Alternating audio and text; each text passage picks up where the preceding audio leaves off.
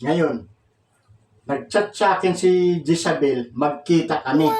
Yan, magkita kami ng jowa ko. Sa tagal-tagal na panahon, magkikita kami. So, akala nagkita na rin kami. Madala ko na sa bahay namin. Kailangan mo ang pagwapo. Tapos, magpabango.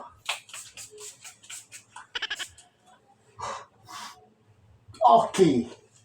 Ngayon, puntahan ko na si Jezabel.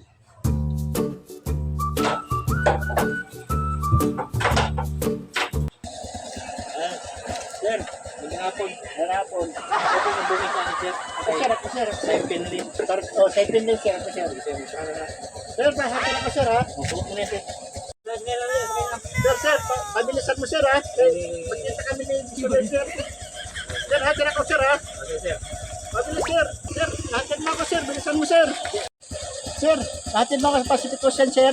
Pacific Ocean ba? Oo, Pacific Ocean, sir. Pabilisan, magkita kami ni Jezabel. Ano mo gawin mo sa Pacific Ocean, sir? Magkita kami, mag-date kami ni Jezabel. O, dalhin ko sa bahay namin. Sir, nagkakalokohan yata tayo ah. Ba't Pacific Ocean?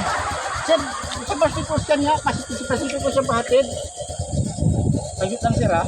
Pacific Ocean ba ka mo talaga? Opo, sir, opo, sir. Saglit lang. Ocean talaga yung puntahan mo pala. Sir, Sir, Pacific Ocean, hindi motor. Ito ang kailangan mo. Salbabida, sumakay ka sa salbabida, lumangoy ka doon sa Pacific Ocean para marating mo yung Jezebel mong Serena na yan. ano yan, sir? Dagat na yun, hindi? Dagat yun sir, ba't ba kailangan motor?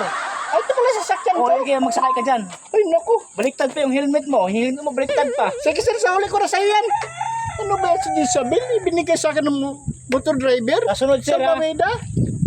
Kasunod pagka mag-booking ka, wag sa Pacific Ocean kasi pang highway lang tong motor ko. Hindi pa dagat. Ay, naku, ibig sabihin pala. Dagat ang pupuntahan ko, si Jezabel. Si